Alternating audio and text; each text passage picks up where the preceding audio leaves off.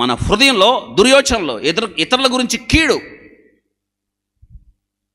మన హృదయంలో ఆ కీడు ఉందా లేదా తెలుసా? మీకు ఒక విషయం తెలుసా?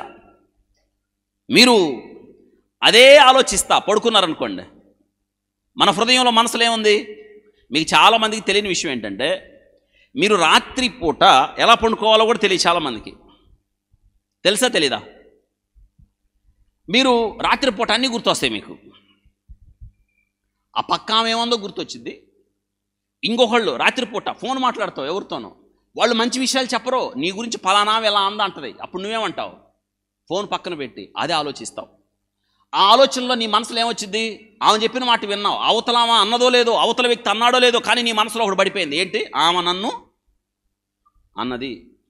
మనసులో అదే పడిపోయింది, దాన్ని ఆలోచించావు, అలా ప్రింట్ అయిపోయింది నీ హృదయంలో వింటున్నారా? హృదయములో ప్రింట్ అయింది. నువ్వేదైతే ఆలోచించావో, ఏదైతే రాత్రిపూట నువ్వు పండుకున్నావు కదా, మీకు ఒక విషయం తెలుసా? దేవుడు వస్తాడు, నీ మంచం దగ్గరకు వస్తాడు, కూర్చుంటాడు. దేవుడు నిన్ను ఆ చివరి నుంచి ఈ చివరికి చూస్తాడు. ఆయన మొట్టమొదటి చూసేది ఏంటంటే, కీర్తనల గ్రంథం 17వ అధ్యాయం 3వ వచనం, రాత్రి వేళ నీవు నన్ను దర్శించి నా హృదయమును పరిశీలించింది. రాత్రిపూట దేవుడు వచ్చాడా లేదా? వచ్చి ఏం చేశాడు? పరిశీలించాడు, దర్శించి నీ దగ్గరికి. నువ్వేమన్నావు? పడుకునేటప్పుడు ఏమన్నావు?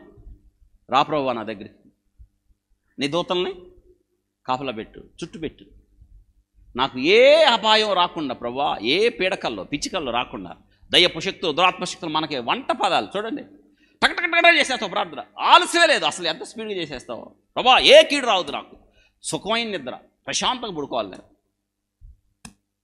అప్పుడు దేవుడు మీకు కాపలా ఉంచడానికి ఎవరిని పంపిస్తాడు?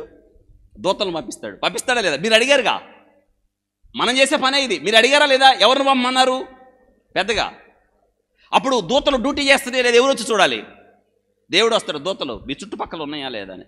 దేవుడు తిన్నగొచ్చి అసలు మీరు ఎట్ట పడుకున్నారో చూస్తాడు. అప్పుడు మీరు తల దగ్గర పెట్టుకున్న బైబిల్ ఇటు, ఆ ఫోన్ ఇటు,